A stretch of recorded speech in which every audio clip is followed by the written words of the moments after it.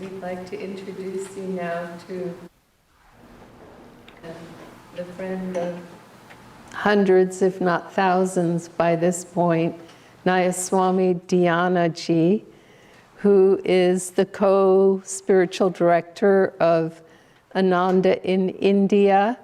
And she's speaking to us today from Ananda village, where she's come back to deal with some visa things, but in fact is serving constantly even while there. So, Nayaswami Dhyana. Thank you, Padma. Thank you, Rehman. And greetings to all our friends at Ananda, Seattle. It's really a joy for me to be able to share with you today. I wish I could be there with you in person, and maybe one of my next trips I'll be able to come there. I'd like to start with a reading from Whispers from Eternity by Paramahansa Yogananda.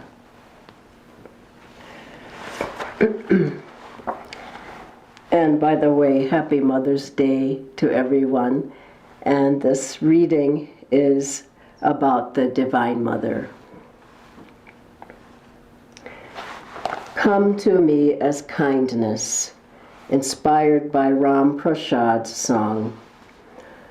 Will that day dawn for me, O Divine Mother, when uttering thy name will bring floods of tears to inundate the drought land of my heart and burst open the dark gates of my ignorance. Oh, then, in the lake of my gathered tears will grow the lotus of luminous wisdom. All darkness in my mind will be dispelled. O formless, all-pervading Mother Divine, come to me in the form of tangible kindness. Take me away from these shores of millennial sadness.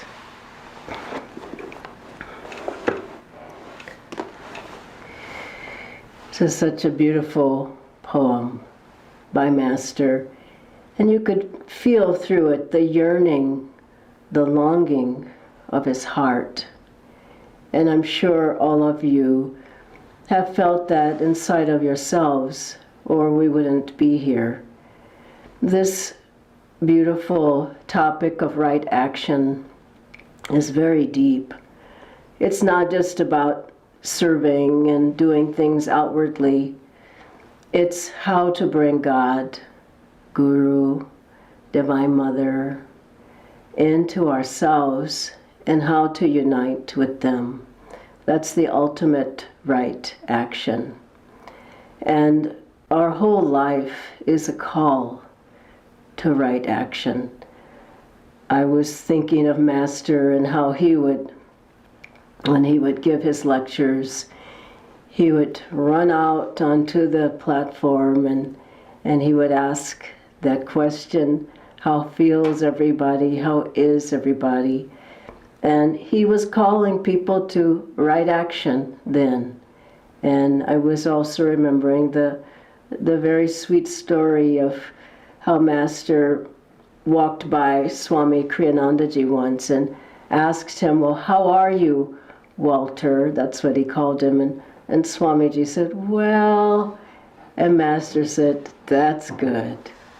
And I think for all of our ups and downs and the things we want to do or we don't feel like doing it, or we want to have a little bit of more of a break or whatever it is, I think Master's just saying, that's good, just keep moving. And, you know, our whole life is, it's so important to just think of, why are we even here? What is the purpose of our life? I mean, before thinking of what is right action, what are we doing here? These are the questions that we have before we come onto the path. What is my destiny? Who am I? What am I doing here? And then if we ask those questions deeply enough, then God comes.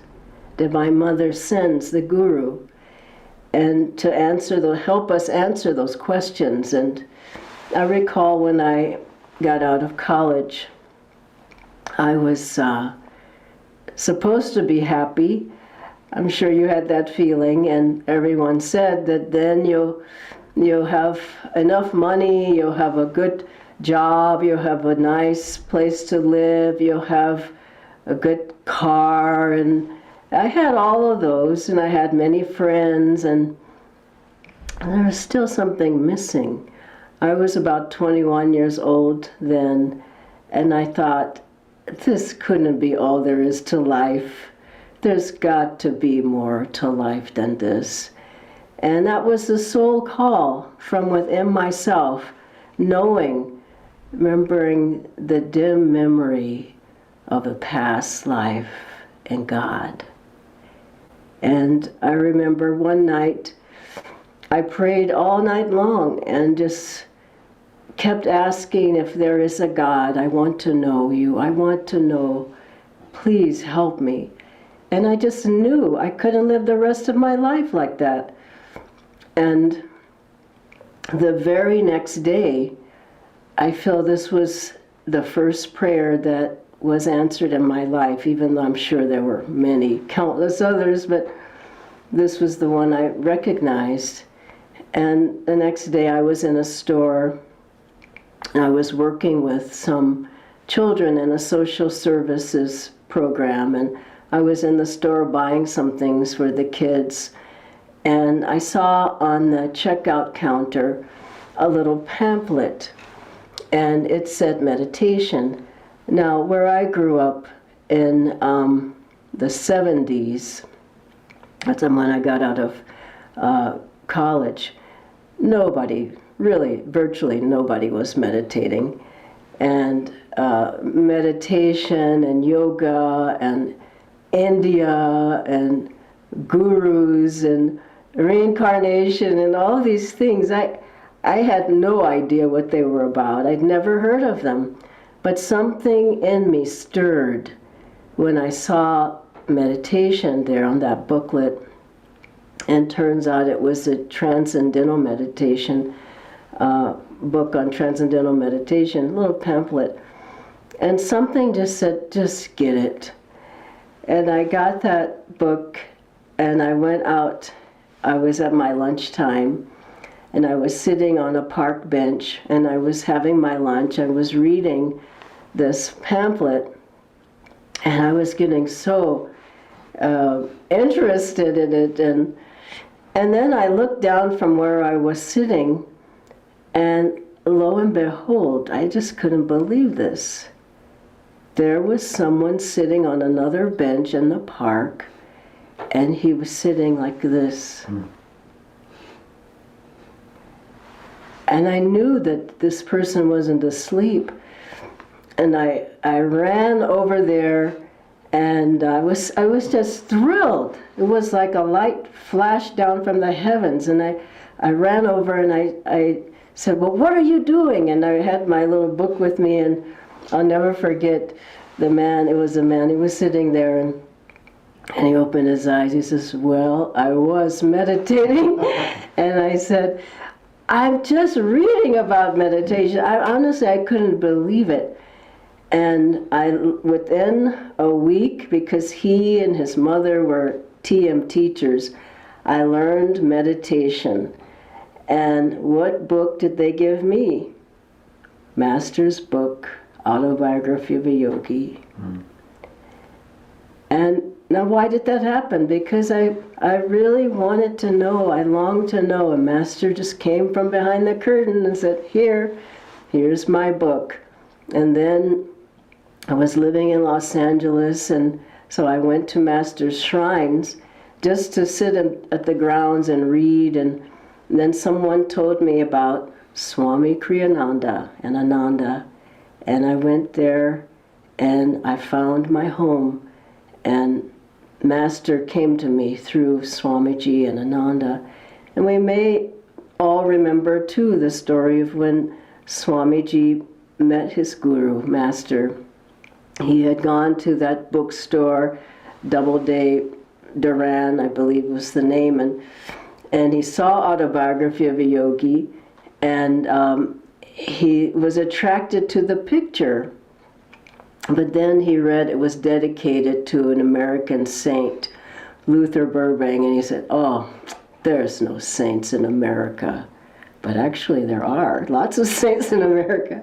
And so then Swamiji, he left there, and not long after, I think it was a day or so, he was in that area again, and he said that there was an actual force that turned him and was leading him, guiding him, pushing him even to go back to that bookstore, and he bought that book. And Master intervened and told him, made him go, even before he knew who Yoganandaji was. And then he went to California and he met Master, and Master gave him his life's duty, his dharma, what it was right for him to do. Master led him, and he told him, your life is writing, editing, and teaching. And then remember Swami Kriyanandaji said, well, aren't all the books written that need to be out there for people? And Master said, oh, don't say that. So much more is needed. And then also Swamiji said to him, well, I don't really want to be a teacher. And Master said, well, better learn to like it, because this is what you're going to have to do. And so he gave him what was right for him to do in his life. And the Guru, God through the Guru, gives us what is right for us to do in our life. And then we have to add our energy. We have to be inspired. We have to have an uplifted consciousness. We have to have a desire to serve and to help, and in whatever areas that we've been called to serve in. And Master said to have the words always in your mind. The greater the will, the greater the flow of energy. The greater the flow of energy, the greater the inspiration, the magnetism, then the greater the inspiration. And also, I will reason, I will, I will act, but guide thou my reason, will, and activity in everything. And there was one man who said to Yoganandaji about something that Master asked him to do. He said, well, I can't do that, Master. And he said, Master, you can do it, but I can't do it. And he said, you can do it because you're a master. Master said, what do you think made me a master? It was by doing. And so to put the energy out to make things happen is vital in our lives. And seeing God behind as the doer always. There's a very lovely story of Swami Kriyananda, his early days with Yoganandaji. And Master always told them to see God as the doer behind everything, and see God as acting through you, that you're an instrument for the divine. And so at one time, Swamiji said that he wanted to try this out and just see if God would do everything through him. And so he was giving a lecture, and then he just paused and he waited for God to act and to say something. And in his mind he kept going, well, say something, and nothing happened. He waited, I think it was 2 minutes. And he could see that God wasn't going to do it all, that he had to put out the energy to make that happen. And for all of us, that we have to see God behind everything. But we have to do it in the right way. And then there's lots of energy, lots of ideas, lots of inspiration, and I was thinking of the story of that nun who was at Mount Washington. I believe it was Mount Washington, but she was a disciple for sure. And she just, her attitude was wrong with working, that she worked herself to exhaustion. And so Master said to her, "You work too hard." And she said, "Oh gosh, I shouldn't do much. I'll stop doing some of the things that I'm doing." But he gave her more work. And then he looked at her, saw her later, he said, "I've told you, you work too hard." And then she thought, well, gosh, he's telling me this, but he keeps giving me more work. He gave her more work. And then again, "Yeah, I've told you so many times, you work too hard." And so he gave her more work. So finally she said, "Master, why don't we change that word work to service?" And he said, "Now you've got it. All your life you've been saying work, work, work. And if you change that to service in whatever you're doing, that God's energy, God's light, God's magnetism, God's ideas and inspiration, and you can do so many more things and so joyfully." And I was recalling our time in India. I can't believe it's my 18th year living in India. And at the beginning, I remember I went there and I didn't know if I would be living, should I live there or just visit? And I remember I asked Swami Kriyananda Ji, I said, because I could see how much was needed there, and so many others like Padma and Riman were there serving and helping Swamiji, and I just felt I felt I had to help. And so I asked him one day, should I go back to America and continue what I was doing there, or should I stay here and help? And I'll never forget his words. He said, "Look around." And he said, "You're desperately needed." And then he said, "And you need a break." And I thought, break? How am I ever going to get a break in India? But I've been there all these years, and it's been, what a joy. Such a wonderful blessing to be serving there. And I was remembering in the early years how we would go all over India, just in all the states teaching, and from north to south to east to west, and almost every month we'd be in a different city, and we were just so happy to do it for Master, and we would go and set up the hall, we'd set up the book table, do the registration, set up the altar, greet everybody, and give the classes. And so we did whatever was needed. And I remember I would go over to Nayaswami Jaya, because I would do the introductions and some of the other parts, but he would do many times the main talk. So I would go to Nayaswami Jaya and I would say, "Now it's time to give the talk." He would be on the book table. I mean, we just did whatever, we wore all the hats, and he would say, "Really?" I said, "Just time to," he would go from the book table up to the lecture platform and give a beautiful talk on Patanjali or the Bhagavad Gita. I just think it's just Divine Mother. It's serving her. It's, if you sell the books, if you do the registration, if you give the talk, what difference does it make? And people would say to us, because we would ask for help, and at the beginning, people there would say, no, we don't do that kind of work, like setting up the tables and all that. And we said, we do it joyfully. And I remember one man said to me afterwards, after one of the talks, he says, "That was such a wonderful talk, and now I know you're not going to pack up the books and the boxes, are you?" Now I said, "Just watch me." And what was so beautiful was after that, he started helping. And over time, people saw the example of just whatever you're supposed to do, however you need it, just jump in there with joy. And I was remembering another amazing story of serving.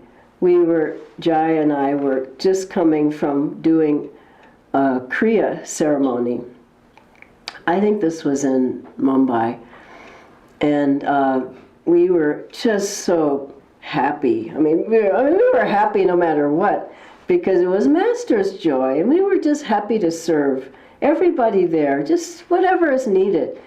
And so we were just, but we'd just come from the Kriya, and we got to the airport, and I mean, as you know, that feeling of Kriya lasts you for days, if not weeks and months, years, lifetimes. And so we were there at the airport, and I was going through security, and I was just so happy to just, I don't know, it was just Master's joy and his love, and always try to be a channel for that. Right action is having the right attitude, the right behavior, just trying to be uplifting wherever you are, having a higher state of consciousness, being encouraging, having kindness, and giving rather than taking from people. And so there I was in this little security check area inside with this lady who was checking me.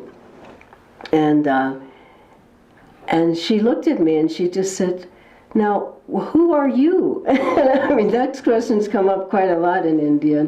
And what are you doing here? So, of course, I had lots to tell her.